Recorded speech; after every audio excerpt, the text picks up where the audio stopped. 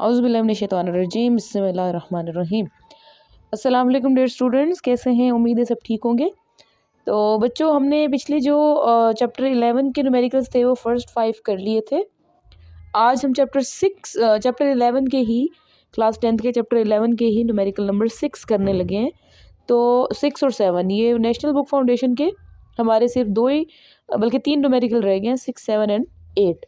तो ये 3 न्यूमेरिकल हम इस वीडियो में करने जा रहे हैं। तो चलिए जी, जुड़े रहिए हमारे साथ और चलें करना स्टार्ट करते हैं। ओके, तो बच्चों ये ऑलरेडी सोल्यूशन मैंने ले लिया है। तो इस सोल्यूशन के अंदर आप देख सकते हैं कि गिवन डाटा पहले गिवन है। गिवन डाटा क्या है कि मिनिमम फ्रीक्वेंसी कितनी है? 20,000 हर्ट्स।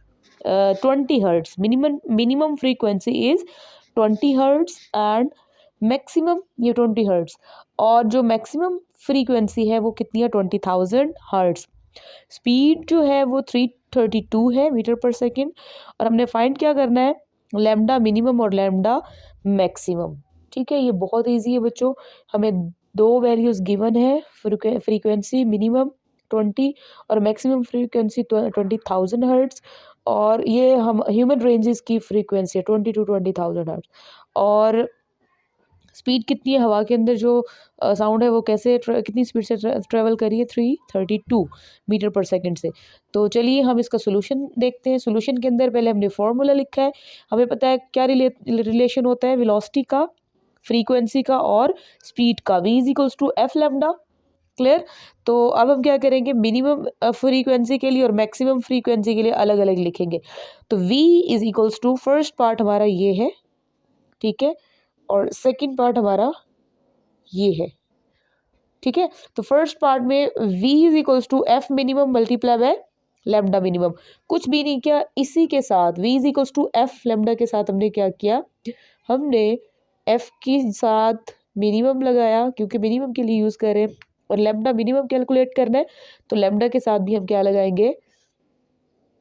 मिनिमम। ठीक है, तो ये हमारा फॉर्मूला हो गया। यहाँ से अब आप लैम्डा की वैल्यू निकाल सकते हैं। तो लैम्डा की वैल्यू निकालने के लिए ये इधर आके डिवाइड हो जाएगा। क्लियर?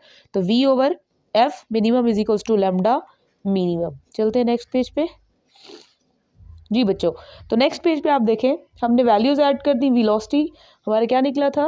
हमारा v minimum is equals to, sorry यहाँ से देखें, v minimum is equals to, यही था ना, v ओवर f मिनिमम। ठीक है, ये रिलेशन था ना। अब इसी के अंदर हमने वैल्यूज पुट कर दी। इसकी वैल्यू है, ये इसकी वैल्यू है, इन दोनों को डिवाइड किया और हमारे पास आंसर क्या आ गया? ये हमारे पास आंसर आ गया। होपफुली आपको समझ आ गया होगा। अब नेक्स्ट देखते हैं कि मैक्सिमम के लिए भी यही फॉर्मूला यूज होगा, बस इनकी जगह जहाँ पे मिनिमम हमने लिखा है उसकी जगह हम मैक्सिमम लिख देंगे। तो v is equals to F maximum lambda maximum, v over F maximum is equals to lambda maximum. By putting the values 332, v की वैल्यू कितनी थी? v की वैल्यू हमें पता था, पीछे अभी हमने डिस्कस किया पिछले पेज पे, 332 मीटर पर सेकेंड। और f मैक्सिमम कितनी थी बच्चों? ये हमारे पास थी 20,000 हर्ट्स। ठीक है, तो इन दोनों को हमने पुट किया और दोनों को डिवाइड किया और हमारे पास आंसर क्या आ गया? ओके, तो लैम्डा जो है बच्चों एक्चुअली ये लेंथ है, लेंथ ऑफ द वेव के बारे में जब हम डिस्कस करते हैं, एक ट्रफ से दूसरे ट्रफ या एक क्रेस्ट से दूसरे क्रेस्ट तक का जो डिस्टेंस होता है वो हमारा क्या कहलाता है? लैम्डा। मतलब एक वेव की जो लेंथ होती है उसको हम वेवलेंथ बोलते हैं, और ये वेवलेंथ जो है लैम्डा से डिनोट करते हैं। ठीक है, और क्योंकि ये डिस्टेंस है इसलिए ऐसा यूनिट भी क्या होता है? मीटर। ठीक है, तो ये ऐसे यूनिट अगर आप नहीं लिखेंगे तो आपका 1 मार्क डिटेक्ट हो जाएगा।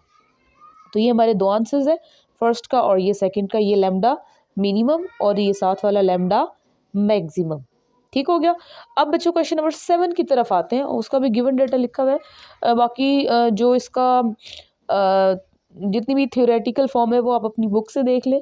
ठीक है, टाइम गिवन है 3 सेकेंड, वेलोसिटी गिवन है 340 मीटर पर सेकेंड। ओके, अब हमने फाइंड क्या करना है? फाइंड हमने करना है डिस्टेंस। तो बच्चों बहुत ही आसान है, v is equals to D by T, तो आपने बहुत ही बार पढ़ा है, v is equals to D by T. तो अगर आपने डिस्टेंस ही कैलकुलेट करना है तो इन दोनों को मल्टीप्लाई कर दें, क्योंकि ये डिवाइड हो रहा है तो इसके साथ आके मल्टीप्लाई हो जाएगा। ठीक है बच्चों। तो अब हम क्या करेंगे, अब हम नेक्स्ट देखेंगे v is equals to D, D is equals to V T. तो d is equals to 340 multiply by 3, values put की है और इनको मल्टीप्लाई किया और साथ ही आंसर निकाल लिया। ठीक है जी स्टूडेंट्स, तो हमने 7 न्यूमेरिकल कर लिया है। उसको उसका जो ऐसा यूनिट है डिस्टेंस का, आपको पता है डिस्टेंस क्योंकि लेंथ से रिलेटेड है तो ऐसा यूनिट मीटर होता है, वो हमने लिख दिया। ठीक है, तो बच्चों डिस्टेंस और वेलोसिटी और टाइम जितनी भी क्वांटिटीज़ हैं उनके ऐसे यूनिट आपको याद रखने होंगे। ठीक है, नेक्स्ट हम देखते हैं न्यूमेरिकल नंबर 8। इसमें क्या गिवन है, इसमें गिवन डेटा आप देख लें, टाइम गिवन है 5.3 second due to echo time is divided by 2। अब बच्चों इको टाइम क्यों 2 से डिवाइड किया जाता है, बिकॉज अब देखें लेट्स सपोज आप क्या कर रहे हैं, कोई भी साउंड सिग्नल भेज रहे हैं, हम इसको सपोज कर लेते हैं ये हमारी एक बोट है। अगर हम साउंड सिग्नल भेज रहे हैं और ये ओशन का जो है वो क्या है एंड पॉइंट, यानी कि उसका जो बॉटम है ओशन का ये वो है, तो साउंड यहाँ से रॉक्स, बॉटम में रॉक्स भी तो होती है ना, साउंड यहाँ से ट्रेवल करेगी, यहाँ पे आके रिफ्लेक्ट करेगी और वापस जाएगी। ठीक है, तो आने के लिए भी जितना टाइम लग रहा है उतना ही जाने के लिए लग रहा है। तो T1 और T2 दो मरतबा टाइम आ गया ना। तो हम क्या करते हैं, जो गिवन टाइम होता है इको के लिए, जब भी आपको इको का वर्ड आए ना, एको का वर्ड आए, तो एको को आपने 2 से क्या करना है, हमेशा डिवाइड करना है उस टाइम को। ठीक है, तो हम टाइम को 2 से डिवाइड करेंगे। नेक्स्ट उसमें देख लेते हैं।